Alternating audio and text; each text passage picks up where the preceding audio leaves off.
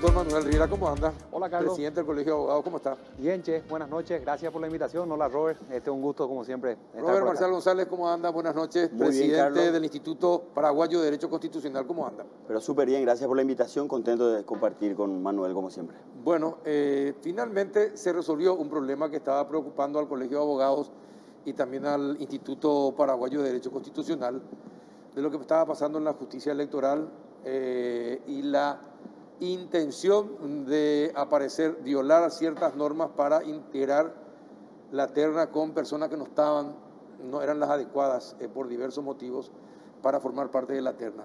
Finalmente, hoy se reunieron, algunos fueron excluidos y otros se retiró antes de ser aparentemente excluidos. Y les digo que de buena fuente me dijeron que las entrevistas que tuvimos esta mañana, en donde ustedes expusieron muy claramente cuál era la situación legal del senador Ramírez, fue muy importante a la hora de variar la opinión y de que finalmente no integre la terna y también otros sean excluidos.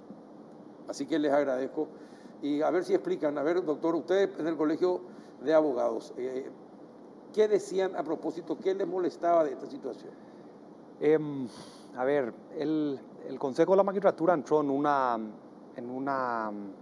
pausa que empezó a reproducirse en una nueva pausa de cuartos intermedios, lo que no suele ser normal.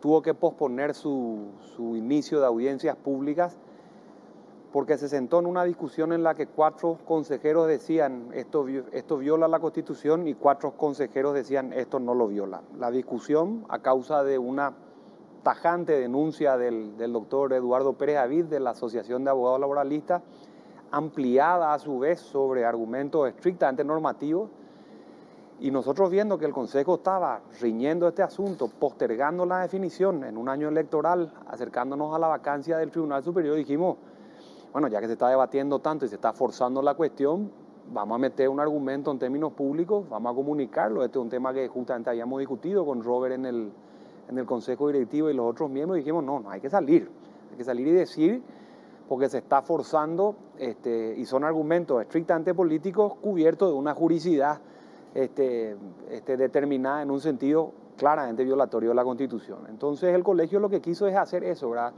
Ser disonante, plantear un argumento, hacerlo públicamente y mover de un lado o del otro el balance para ver si el Consejo se definía. Constitucionalmente no era viable la nominación o la integración en la terna del ex senador. Carlos, yo arranco una aclaración. Si bien me toca presidir el Instituto Paraguayo de Derecho Constitucional, todo lo que voy a decir lo hago a título personal. Perfecto. Porque el instituto tiene más bien un perfil académico y hay opiniones incluso divididas ahí adentro. Hecha la aclaración, realmente lo que molestó es que la clase política, las cúpulas partidarias específicamente, nuevamente intentaron buscar atajos incompatibles con los principios que sostienen la democracia constitucional. Van tanteando de manera tal a forzar la maquinaria y con ello, de manera indisimulada, copar espacios de poder con la complicidad de las instituciones que deberían servir de contrapeso a esa pretensión invasiva del poder público. Y lo paradójico del caso, y es lo que realmente llamó la atención, es que quienes estaban del lado del juego político eran justamente, 3 de los 4 consejeros que estaban del lado del juego político eran representantes de los estamentos que están puestos ahí justamente para equilibrar la balanza. Universidad Nacional, Universidad Católica y la Abogacía Libre están ahí por una cuestión de principios, tienen que enfrentarse a la pretensión del poder público de avanzar. Ese es el filtro que está dado por la idea de un Consejo de la Magistratura. Y bueno, y aquí se quiso, como dije al comienzo, encontrar un atajo irregular. Como dijo bien Manuel, se quiso dar un ropaje de juridicidad, una situación absolutamente forzada porque el texto de la Constitución, y eso lo señalamos enfáticamente en el comunicado del Colegio de Abogados, dice cuanto menos 10 años. Entonces, cuando ya quieren forzar la aritmética para sacar provecho, hay que resistir. Y lo de Salih Busarqui y la señora Ermelinda, ¿qué piensan? Pero eso es una cuestión de documentos. Si se puede decir esto, te lo diría como lo dijimos el año pasado, ¿verdad? Cuando el proceso de selección planteaba la llegada a la Corte Suprema de Justicia de un senador, el colegio dijo, esto no tiene un sustento normativo para sostener que puede o no puede, porque no hay norma que lo prohíba, de hecho no hay norma que expresamente autorice estas cosas, pero el colegio va a asumir una decisión política y dice, un senador no puede llegar. ¿Por qué? Porque el proceso de selección supone que la terna provenga de un consejo de la magistratura presentada ante un senado que elige de esa terna. O sea, tenés competidores siendo candidatos y siendo electores al mismo tiempo. O sea, chutás el centro, cabeceás, metés el gol, salís campeón, te pones la medalla, te sacás la foto, todo vos, ¿verdad? Y a su vez, tiene una posición en el sentido republicano que dice Robert, vamos a dividir el poder, porque o si no los senadores hacen todo, eligen todo, compiten en todo, ganan todo, hacen todo es ahí, y en definitiva va en detrimento de una participación mucho más abierta al resto de la ciudadanía que no puede competir. Y si pones eso en el marco republicano, están acumulando poder, y si pones eso en el marco político, nos están soltando el poder. Entonces planteaba una cuestión, ¿por qué no un senador? Me preguntaban en miles de radios, y por la misma razón que no elegiría un bombero, Carlos, por la misma razón que yo no pilotaría un avión, no está prohibido, pero no soy el mejor. No podemos poner nosotros, como decíamos en aquel momento, un senador en la Corte Suprema de Justicia, y acá se está haciendo exactamente lo mismo, ¿verdad? Entonces, hoy hay una situación que le pone a la propia Ermelinda, al propio Enrique, y lo ponía a Juan Bartolomé, inclusive en detrimento de las personas con las que compiten, que son los otros 33, 34 no senadores, digamos, ¿verdad? Entonces, es un tema a discutir. Se abrió la puerta en el 2021 y ahora entraron 3 senadores. Antes era 1, ahora entraron 3. Entonces, no, es macana, ¿verdad? Hay que, si se puede, limitar esas cuestiones, ¿verdad? ¿Y cómo se podría limitar? Legalmente hablando, ¿cómo se podría limitar? Bueno, a ver, hay varias fórmulas, Carlos. Resulta que en las devaluadas democracias del tercer mundo estamos muy acostumbrados a reducir el juego democrático al artículo y al inciso, que es una dimensión del problema. En realidad, digamos, los factores de regulación natural que tiene el modelo jurídico político en el que vivimos pasa por incorporar otras dimensiones como los principios y los valores. Desde esa perspectiva, naturalmente, es importante, por ejemplo, trabajar, operar, razonar y explicar cómo lo hicieron en este caso 4 de los 8 consejeros que claramente se plantaron ante esta situación y con mucha pedagogía explicaron que aquí había una situación difícil, que no solo se estaba subestimando a toda la ciudadanía, pero particularmente a los que están ya participando del proceso, sino que se está transmitiendo un mensaje disvalioso. Un mensaje disvalioso que hace que la frágil credibilidad en la democracia se vaya erosionando todavía más. Entonces, respondiendo al cómo, bueno, las microresistencias ciudadanas son fundamentales. Como dijiste al comienzo aquí, sin ánimo de discursos o oposiciones grandilocuentes, el trabajito de hormiga de microresistencia que se hizo de muchos niveles de la sociedad civil, nosotros desde el Colegio de Abogados del Paraguay hemos contribuido, sirven para dejar en evidencia las situaciones forzadas y eso, a su vez, sirve de apoyo a quienes están queriendo tomar las decisiones en el sentido correcto. Pero vayamos un poquito más al fondo de la cuestión. La forma en que se eligen a los miembros que tienen que servir de contralores de las acciones, de las decisiones que toman el Poder Ejecutivo y el Poder Legislativo, está muy comprometida porque son justamente el Poder Legislativo y el Poder Ejecutivo quienes finalmente los designan. Le deben el favor del cargo, le deben a senadores y a la presidencia de la República. Entonces,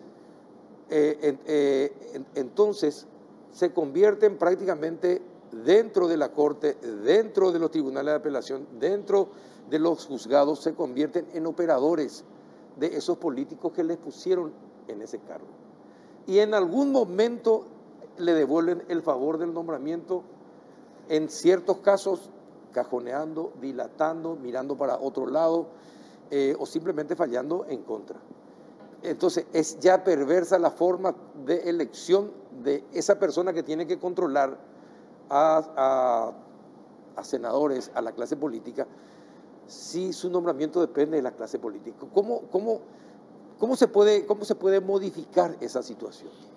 El proceso que acaba digamos, de desempantanarse de esta situación en la que estaba, creo yo que también genera, y responde a la pregunta anterior que hacías, un gran triunfo de la transparencia, que uno lo postulado, entre paréntesis, el ministro Eugenio Jiménez Rolón en su incursión en la Corte, y eso está vertido en el Consejo de la Magistratura.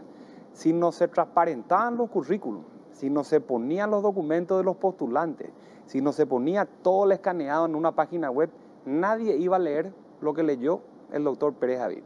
Y si no hacían la denuncia él, y por ende no se traducía en un eco mediático que permitía que vos me llames hoy a las 5 de la mañana, 5 y 10.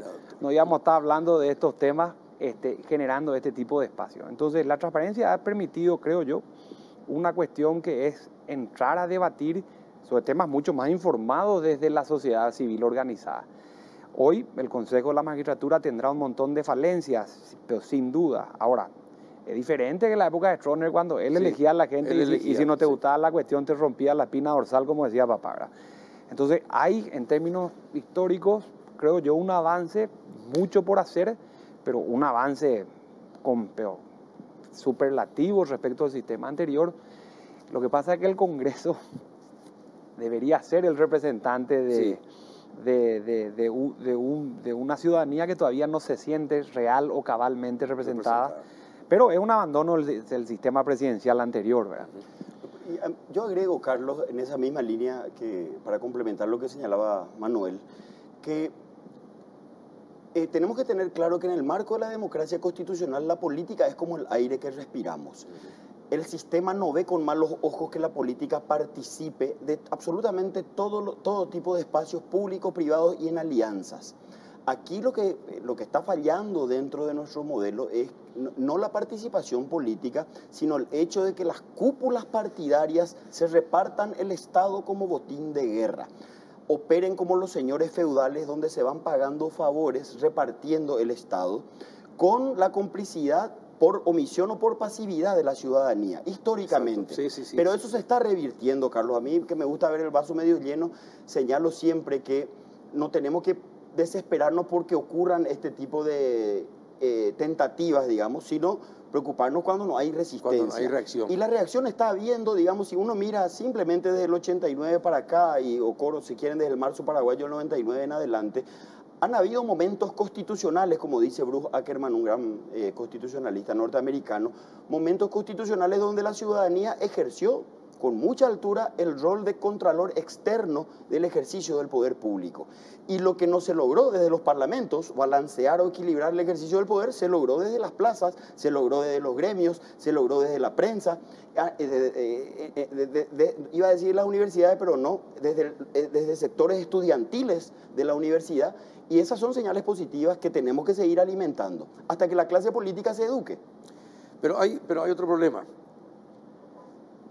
Nos exigen que cumplamos la ley, ¿verdad? Nos castigan si no cumplimos con la ley. El presidente de la República emite un decreto por el que adelanta o sustituye un feriado, violando la ley, porque la ley 2317 establece claramente que los feriados del 2022 deben estar definidos ya 6 meses antes de que comience el año y no 5 días antes del feriado. Eso establece la ley. Y estamos hablando, parece una tontería, el tema de pasar, parece una tontería, pero es lo que responde al espíritu de lo que debe ser la imagen presidencial, respetando a rajatabla la ley. Es grave, es gravísimo. ¿Y qué preferimos nosotros? Socarronamente tomamos el tema, divertidamente tomamos el tema. En los memes nos burlamos del presidente de la República, pero el daño que se le está haciendo a la imagen presidencial es tremenda y no reparamos en ese pequeño gran detalle. ¿Qué es lo que podemos hacer? ¿Cómo se puede corregir una situación que después al parecer no es la primera vez que se toma, sino que ya se venía cometiendo este tipo de errores. Es decir, no solamente nos equivocamos y no somos capaces de rectificar, sino que nos solazamos con las equivocaciones porque nos creemos todopoderosos. ¿Qué podemos hacer para que no ocurra una tontería como esta, no ocurra, y aquellos responsables del asesoramiento se sepa quiénes son y nunca más ocupen un lugar público? ¿Qué se podría hacer? La democracia, Carlos, no es preventiva, es reparadora. Entonces, hay niveles correctivos en muchos niveles.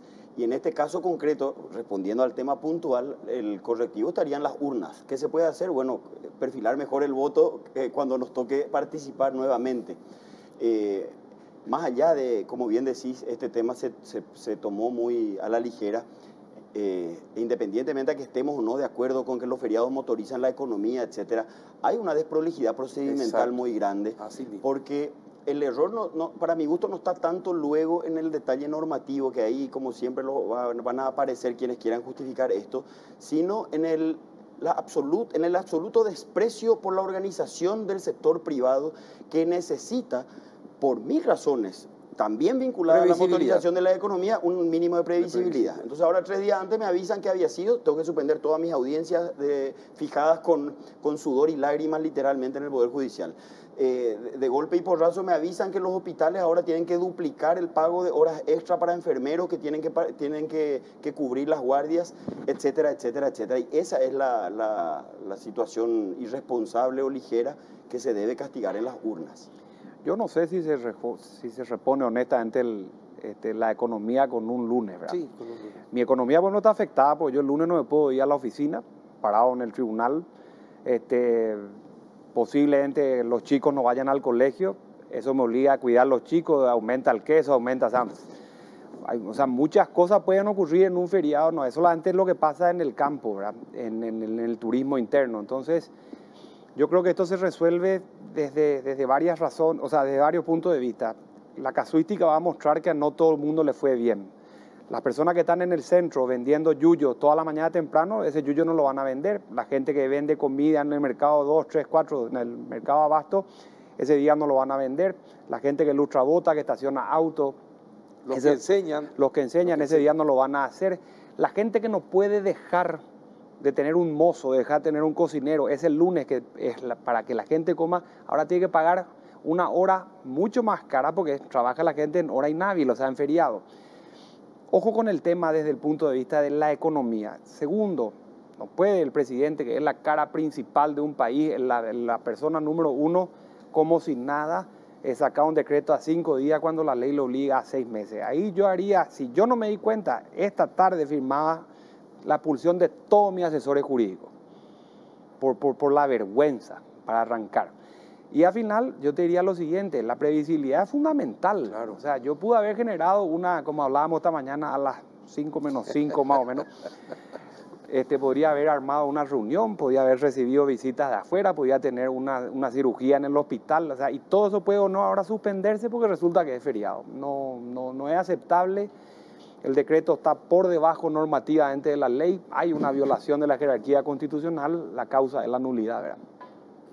Pero ¿por qué suceden? Ustedes que son abogados, ¿por qué suceden estas cosas? ¿Por qué? Es que no hay una explicación monocausal, Carlos. Es un tema complejo y a ver, si bien mal de mucho consuelo de tontos, como dice el dicho, en todas partes se cuecen habas en ese sentido. Hay una tendencia en el mundo occidental de degradación de la calidad de la institucionalidad pública, de la representación. Se trabaja con mucha intensidad el tema de la crisis de la representación, etcétera, que se explica por muchísimos factores, ¿verdad? Lo que creo yo que tenemos que hacer no tanto centrarnos en por qué sucede, sino en tratar de remediar por todos los medios a nuestro alcance de la situación, y hay que apostar. Aquí ha venido Bernardo Toro varias veces a darnos lecciones magistrales a esta misma mesa, sí, claro, sí. Lecciones magistrales en torno a la educación, a la democracia, como proyecto educativo de vida. Y hay que aprender a generar cultura constitucional, cultura democrática. Bueno, y sobre la presentación del proyecto de tu tío, ¿qué pensás? ¿Cuál es la presentación? Y del proyecto de ley el tema de las rutas. El tema de las rutas. De las rutas. Creo que Henry está haciendo una defensa fuerte de un exceso de ciertos sectores a la hora de extorsionar en las diferentes vías públicas camuflados de derecho a la expresión. Y esto lo quiero explicar de esta manera. Se ha convertido el debate en una suerte de bueno o malo, o sea, criminalizo o no criminalizo el derecho abstracto de manifestarme libremente. Si yo tengo la libertad de manifestarme y tengo la libertad de transitar, pongámonos de acuerdo que tanto manifestarme como transitar son especies de la misma libertad. Entonces, o los dos somos libres o ninguno es libre. Pero vos no podés ser libre y yo no, porque es la misma libertad. O la libertad está para todos o no está para nadie. Acá se está pretendiendo que la libertad esté para algunos y no esté para los otros. Sobre texto de que la Convención Interamericana, que esto de los derechos humanos está bien, también está la libertad de transitar en la misma convención y en los mismos derechos humanos. Si eso es así, no se puede sostener sobre texto de que esa pesa más que esta. Porque en toda la Constitución paraguaya, por encima de la Convención, por encima de cualquier opinión doctrinal, la jerarquía no existe. No existe. No hay un solo lugar en la Constitución paraguaya que diga transitar vale menos o vale más. Que no existe eso. Pero te consulto algo. El doctor Riera, tu tío, Henry, como le decís, fue uno de los más importantes luchadores en la época de la dictadura. Su padre igual. Y participaban de manifestaciones y cerraban rutas, porque era la única manera, y cerraban avenidas y calles, porque era la única manera de combatir y de reflejar la barbarie del gobierno de Stroessner. Se sabía que si vos no ganabas la calle, no iba a tener impacto tu protesta, no se te iba a escuchar, no se te iba a tener en cuenta. Ellos lo vivieron y lo ejercitaron. 30 años después, ¿qué cambió? El valor por el cual se cerraba la ruta. Una cosa es pelear por la libertad hace 30 años, otra cosa es por $50.000 hoy. Entonces, no hablemos en abstracto, hablemos sobre casos concretos. Pero no solamente eso, realmente aquí hay un detalle relevante que tiene que ver con el modelo, el sistema de gobierno, ¿verdad? No es lo mismo combatir una dictadura donde no existe ningún tipo de garantía ciudadana que tener el desafío de organizar la convivencia ciudadana dentro de la democracia. Y en ese sentido, yo creo que el desatino del proyecto pasa un poco por que no es lo suficientemente pedagógico para explicar que no existen derechos absolutos. Ni siquiera el derecho a la vida es absoluto, admite excepciones. Con mayor razón los demás derechos, la expresión. Si yo quiero expresarme, la Constitución me ampara, pero de la misma manera eso tiene que establecer ciertos estándares que se traducen en reglas que tienen que ver con la comunicación, con la posibilidad del control, con el hecho de justificar que mi manifestación va a ser legítima, que no va a dañar intereses de terceros, etc. No puedo secuestrar la cosa pública. De la misma lógica que le criticamos a la clase política, también cabe para quien quiere expresarse. Y bueno, ¿y qué sería lo mejor?